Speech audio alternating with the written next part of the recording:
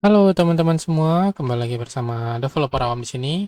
Di video kali ini kita akan bahas fitur terbaru untuk package-nya kita, yaitu data table Livewire. Jadi untuk package data table-nya kita ada dua fitur baru di versi 2.3.0 ini ya teman-teman ya. Untuk fitur yang pertama itu adalah custom export. Terus yang kedua itu adalah date range filter. Oke, jadi di sini untuk hasil akhir dari video kita ini, sini kita mempunyai dua fitur baru yaitu date range. Di sini kita bisa filter berdasarkan date range yang tipe data di dalam kolomnya kita itu adalah date, date time, dan timestamp. Dan kemudian kita bisa mengambil kolom juga dari tabel relasi yang ada di main tabelnya kita. Contohnya seperti ini. Kemudian di sini kita untuk ekspornya juga sama untuk custom export. Sini kita bisa juga custom export atau menyesuaikan kolom-kolom apa saja yang ingin kita ekspor. Seperti itu, baik dari main table sama table relasinya. Sini kita bisa ekspor juga berdasarkan PDF, size-nya dan orientasinya portrait atau landscape sesuai dengan keinginan kita. Oke, tanpa berlama-lama, kita langsung saja untuk proses upgrade-nya.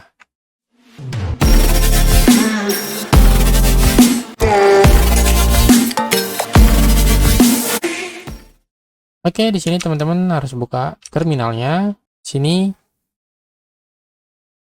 saya menggunakan developer Livewire data table-nya kita versi 2.0. Oke, sini kita langsung upgrade saja. Caranya gampang, cukup Composer update aja. Jadi sekaligus semuanya akan update. Seperti itu ya teman-teman ya. Saya saranin melakukan Composer update saja. Oke. Jadi atau teman-teman kalau khusus untuk package Livewire data table-nya aja gampang. Cukup Composer upgrade developer awam Livewire data table. Kemudian enter. Oke, di sini kamu bisa lihat ada versi 2.2 langsung ke versi 2.3 ya teman-teman ya.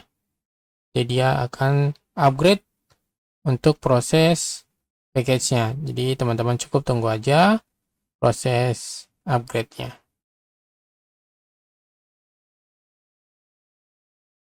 Oke, di sini kita udah berhasil untuk install atau upgrade package-nya kita. Kita clear. Kita clear dulu. Terus di sini next-nya kita jalankan. Sebelum itu teman-teman, jika sebelumnya teman-teman sudah publish config-nya untuk Livewire data table-nya, di sini teman-teman boleh komen dulu,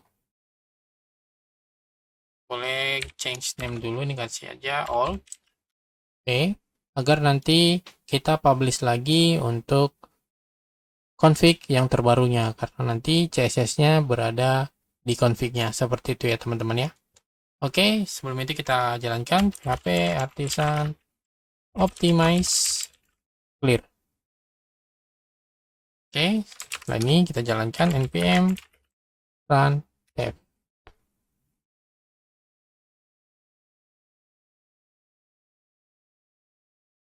Oke, sekarang kita langsung buka aja. Route-nya ada di slash. Oke.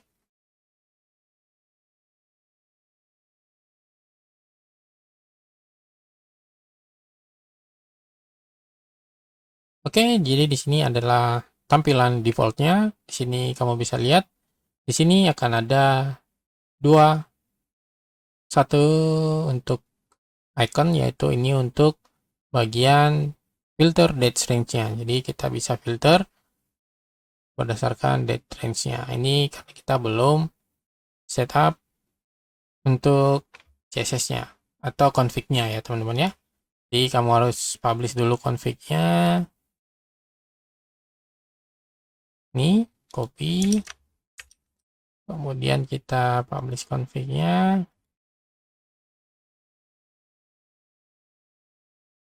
Oke, jadi di sini akan ada config baru lagi. Oke, jangan lupa kita PHP Artisan optimize. Oke, sekarang kita coba sesuaikan untuk jika teman-teman masih tampilannya seperti itu. Ini teman-teman boleh ganti ya. Seperti ini ada salah. Bagian sini ini kita hapus. Ya, seperti ini. Karena di sini teman-teman bisa langsung copy ini aja ya teman-teman ya. Ini untuk source-nya. Karena kita menggunakan Tailwind CSS versi 4. Oke, ini kita refresh lagi. Kita coba buka.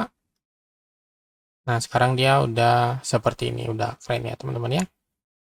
Jadi nanti untuk filter dan slide kita seperti ini. Jadi filternya ini berdasarkan tipe data yang di dalam database-nya kita itu adalah date, date time, dan timestamp. Seperti itu ya teman-teman ya. Jadi kita bisa filter. Kalau di sini hanya ada created date dan updated date. Kemudian di sini kita bisa filter juga berdasarkan data relasinya. Seperti itu teman-teman. Contohnya di sini kita by default dulu. Nah, di sini habis ini kita ada start sama end-nya kapan gitu ya teman-teman ya. Jadi di sini kita udah tambahin juga validasi. Jadi untuk end-nya ini harus lebih besar atau sama dengan tanggal di start-nya. Oke, ini kita contohnya tanggal 22 ya. Dia pasti error, muncul seperti ini. Di apply juga nggak bakalan bisa ya teman-teman ya, bakalan error. Jadi by default tanggal 23. Kita apply. Oke, datanya kosong. Kemudian di sini langsung muncul batch untuk menampilkan kita lagi filter apa. Seperti itu teman-teman. Oke, ini kita close saja. Dia langsung otomatis muncul lagi. Jadi di sini untuk filternya bisa dikondisikan ya teman-teman ya. Contohnya di data yang ada saat ini, coba kita ganti beberapa data ya.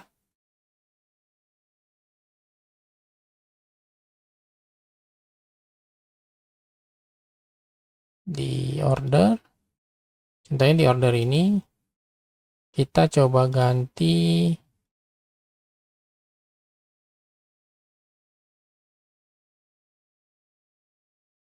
edit, created ad. Di sini kan created ad-nya tanggal 27 semua ya teman-teman ya. Sekarang kita akan coba ada acak-acak ngacak. Kita kasih tanggal 23, tanggal 22. Save. Oke. Jadi ini ada tanggal 22 dengan tanggal, kita press lagi. Oke, di sini kita akan coba filter kan tanggal 22 ya teman-teman ya. Tanggal 22. Sini kita coba filter. Yang pertama itu kita filter ini berdasarkan status. Statusnya yang completed. Oke, kita filter. Nah, completed itu ada 4. Nah, kita cukup mengambil range yang creatednya itu dari tanggal 21 sampai tentunya 24. Hai, kosong. Karena ini bulan 7 ya, bulan Juli. Bulan Juli nggak ada. Ini itu bulan 1 ya teman-teman ya. Kita cari yang creatednya itu bulan tanggal 20 sampai tanggal 24. Ini kita apply. Oke, dia ada 2. Jadi kita bisa combine untuk filternya. Jadi pertama kita filter berdasarkan status, kemudian berdasarkan status ini kita filter untuk date range-nya. Nah, kemudian di sini fitur yang terbaru lagi yaitu adalah export, custom export. Nah, di sini kita bisa custom exportnya sesuai dengan apa yang ada di dalam tabelnya kita, seperti itu. Jadi ini adalah main tabelnya. Jadi kan biasanya kita impor itu hanya ada yang di dalam tabel ini. Jadi kita buat custom export, jadi kita bisa ekspor data sesuai dengan keinginan kita, apa saja yang ingin kita mau ekspor.